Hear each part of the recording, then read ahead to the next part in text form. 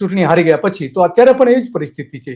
23 April 2016 તે ચૂંટણીમાં હથિયાર જે બતાવવા સામે એમની સામે ફરિયાદ નોંધવા માટેનો પણ વારંવાર માંગણી કરવામાં આવી હતી. રાજ્ય ચૂંટણી પંચે FIR નોંધવા માટે કાર્યકર્તા રોશન શાહે જે અરજી કરી હતી એમાં એને એક ઉદાહરણ પણ ટાંક્યું હતું.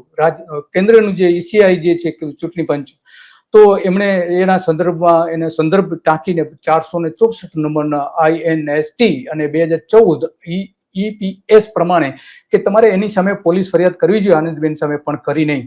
અને FIR નોંધાવી ફરજિયાત હોવા છતાં પણ ન નોંધાવી. અને એ સમયે પત્રકારોએ સમાચારો પણ છાપેલા હતા કે આ પ્રકારનો ચૂંટણી પંચે એમને આદેશ આપ્યો છે. તપાસના આદેશો આપ્યા હતા, તપાસ અહેવાલ પણ આવી ગયો હતો, પરંતુ એ તપાસ અહેવાલ પછી પણ કોઈ જ પગલા ભરાયા નતા.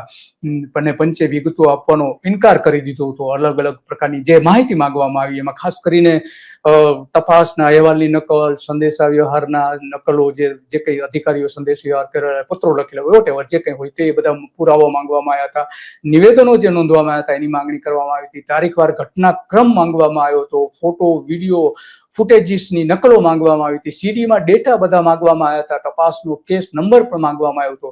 તપાસની છેલ્લી સ્થિતિ શું છે એ પણ એમને માંગણી કરી હતી. અને તપાસની વિગતો અધિકારી, કલેક્ટર, રિટર્નિંગ ઓફિસર, પોલીસ અધિકારીના નામ પણ માંગ્યા હતા. પણ ચૂંટણી પંચ મૌન રહ્યું.